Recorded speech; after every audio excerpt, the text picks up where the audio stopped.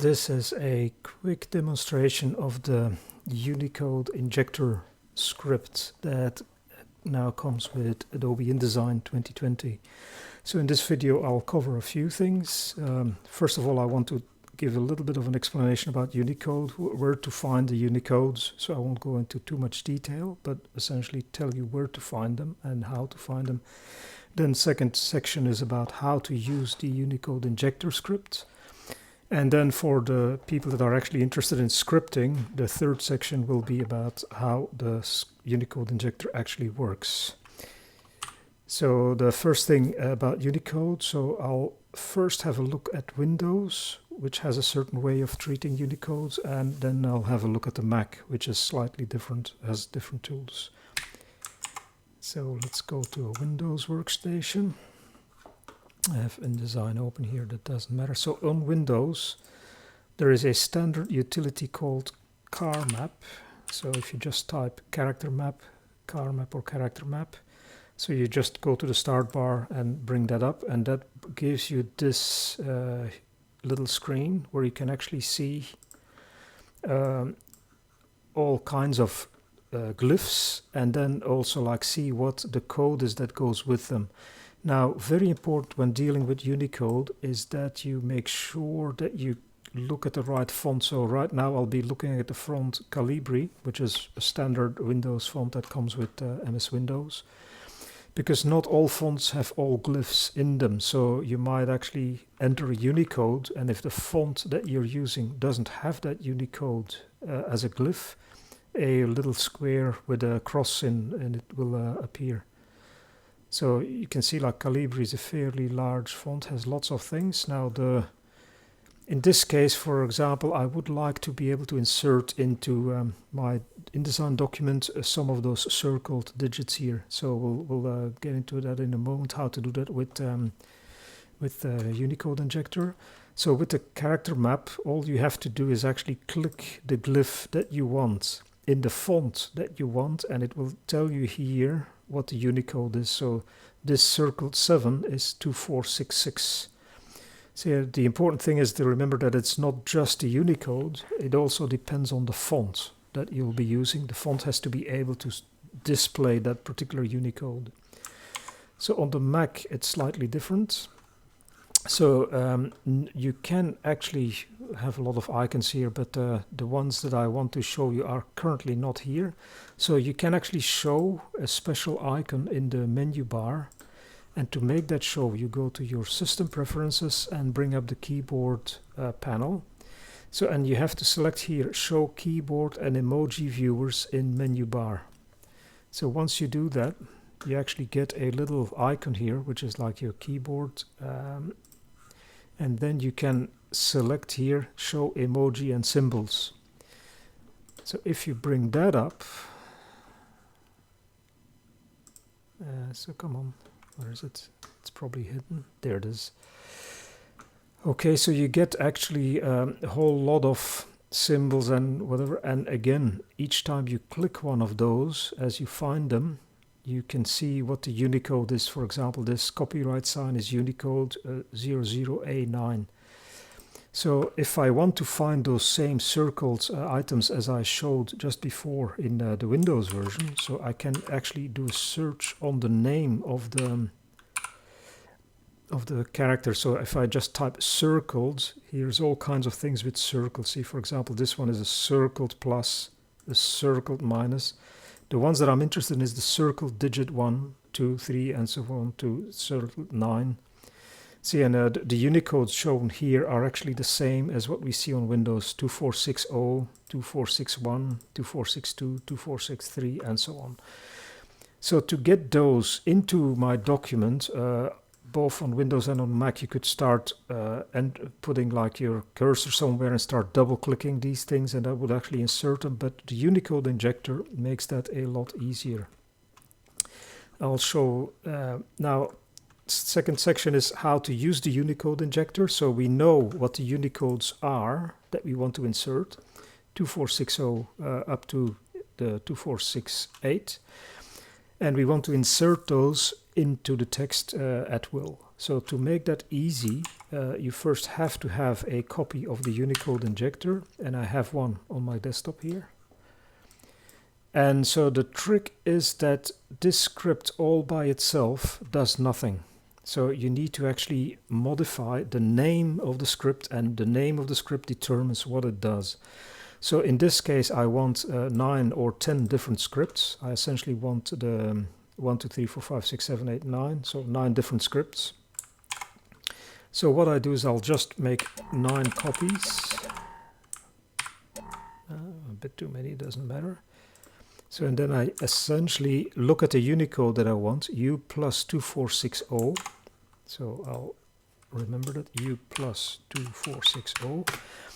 And I can enter more than one Unicode here, and they will all be inserted in sequence. Or I can then, once I'm finished with the Unicodes, I can actually enter descriptive text. So this is actually circled 1. So the descriptive text is optional and does not affect the functioning of the script. So I could just stop at U plus 2460, but in this case I add a little bit of extra data so that I can actually see what the script is meant to do. So I'll tackle this one and make that circled 1, U plus 2461, circled 2, and so on. So I'll just do a few. U plus 2462, circled 3. And just for the heck of it, I'll just do one with 2 Unicodes, just to show you that that also works. U plus 2460, and I do a second Unicode, U plus 2460, 2 circled ones. See, so essentially I have, so I'll delete these, don't need them. Now I need to install these scripts into InDesign. How to go about that? Well, you go into InDesign, and here in InDesign I have a document open already with some text where I want to start inserting those circled digits. And all you need to do is select Window Utilities and then go to the Scripts panel. So the Scripts panel needs to be visible. And once you have the Scripts panel visible, you right-click on the User folder and say Reveal in Finder. So the important thing is then that you actually open that folder called Scripts panel. So don't put the scripts the one level up. You have to really see a folder called Scripts panel. And all you need to do is drag these scripts into the Scripts panel. Done. And if I go here now you see I have these scripts here on the Scripts panel. So if I put my cursor somewhere and I double click this script, you see it now inserts the circled one. And here, now if I select text, nothing will happen, it will not work. See, like you have to make sure it's an insertion point, so it has to be a flickering cursor. So if I double click this one, I get 2 circled ones. So that's relatively easy, but I still need to take my hands off the keyboard and double click to get these scripts to run. But the nice thing is that these scripts are actually identically the same script. The only difference between them is the name they have, and their name determines what they're doing. So the next step up is to use keyboard shortcuts. And keyboard shortcuts have nothing to do with the script. They're just part of standard InDesign, but you can actually make these scripts work with just a keystroke. So the first thing you do is you bring up Edit Keyboard Shortcuts. That gives you a dialog, and the first thing to do is create a new set. So I call this set, for example, circled digits. So because you might have different keystroke sets, so depending on the project you're using, you might have different shortcuts do different things. For each project, a different approach. So once you have a set, you can start modifying that set, and I need to take the product area called scripts. That's this one, and then in the product area called scripts, you see all the scripts that I have installed in the scripts panel automatically appear there. So I can just pick any of those scripts and say, for example, I want to find a shortcut. Let's just try option 1. See, I just hit option 1 on my keyboard, and first thing I notice is that it says unassigned. So that means I'm not taking away an existing shortcut, which I could do, but in this case I'm just using option 1 for my sort and I assign it. So let's see, what will I do? So maybe option shift 1 is unassigned. So option shift 1 for the 2 circled ones, assign. And then the circled 2, I'll do option 2, unassigned. And for the circled 3, I do option 3, and so on.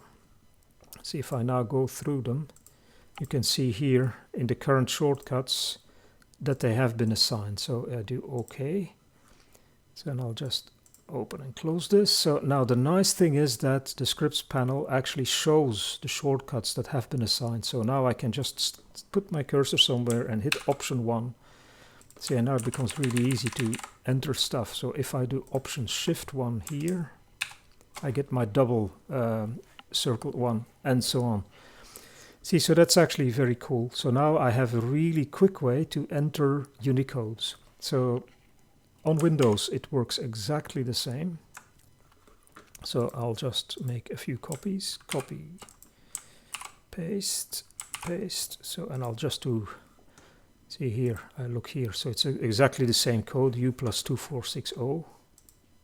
Rename it, U+2460, circuit 1, and U+2461, circuit 2. Drag those into the scripts panel, which is found in the exact same way. So you just go to the scripts panel, you say reveal in Explorer, go into scripts panel, so don't put it next to scripts panel, you have to go into that folder, move the scripts over, that's done, there they are. And so then I can just put my cursor somewhere, double click it. See, now this is why I was mentioning those fonts. See, you see, and now I get these little squares with a pink back color. The reason is that the font is incorrect. See, if I check this is the font Minion Pro. So, but the Unicode I tried out was actually for the font Calibri. So if I switch to Calibri, see, it becomes the circled one. So if you try to use this script and you suddenly get pink colored boxes, it might just be a font problem rather than the wrong code. Keyboard shortcuts are identically the same, so you just can assign keyboard shortcuts the same way as you did on Mac, so that's all identical. Okay, so that's section 2, how to use it, so that should be fairly straightforward. So now the section 3 of my video is a little bit about how the script actually works. And there's a few things you need to keep in mind. So first of all, the script as it comes is non-functional. If I put this script into my scripts panel, nothing will happen. So, or essentially it will just bring up a dialog. So I'll just copy that over here. Say supposedly if somebody accidentally just put the UnicodeInjector into the scripts panel as such, you just get a dialog. So, and it just gives, the dialog is not really helpful, but it doesn't work because it's not been renamed. So you have to rename it.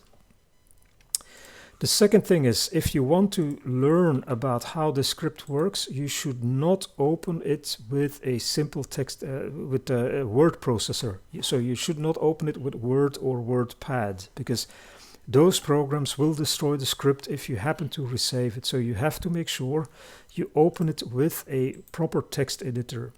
And there's many of them around. So for example, I tend to use Sublime, which is a programmer's text editor. But if necessary, on Windows, for example, you could use Notepad. On Mac, you better use something like Text Wrangler or similar. So, and then the script itself starts with a whole story about what the script actually does and how it works. So there's a lot of commenting. So the whole up to here, up all these lines, is pure comment. And then the actual script starts. And the meat of the script is very, very small. There's not much to it. So essentially, the key features are that here in the first bit of the script, if you're interested in scripting, it will first make sure that the user has only an insertion point that's flickering in a text frame, and if not, it will not continue. So the script will do nothing unless there's actually a flickering text cursor in a text frame. And then here's a little bit of magic. So here we just say app active script name. So essentially we can ask the running script, what is your name? And I get the file name. And so once I have that file name, there is a little loop here, which just loops through the file name and will use regular expressions to gradually search for Unicodes in that file name. And each time it finds something that matches how Unicode looks, it will actually grab that Unicode and convert it into a numerical character. So, and it can parse either hexadecimal, so that's all explained in the beginning of the script. And if we actually get a numerical code, it will use string from car code to insert essentially a character with the code that we've stripped. And then essentially it grabs the code we stripped, we actually got out of the file name and removes it. So it keeps on doing that until there's no more Unicodes in the file name. So it's fairly simple, but it's useful to have a look at it and try and work it out. So if anything went wrong while it was parsing the file name and trying to insert characters, it will actually be an error status. And then depending on the error status, it will actually say like, okay, you need to do something. Alrighty, so and that's roughly how the script works. So it's actually meant as a demonstration of how a simple script can still be very, very functional. That's the video, so I hope you learned something out of it. So there's all the necessary info to find me and get some more information about getting your custom scripts developed. It can be found in the README file. Thank you.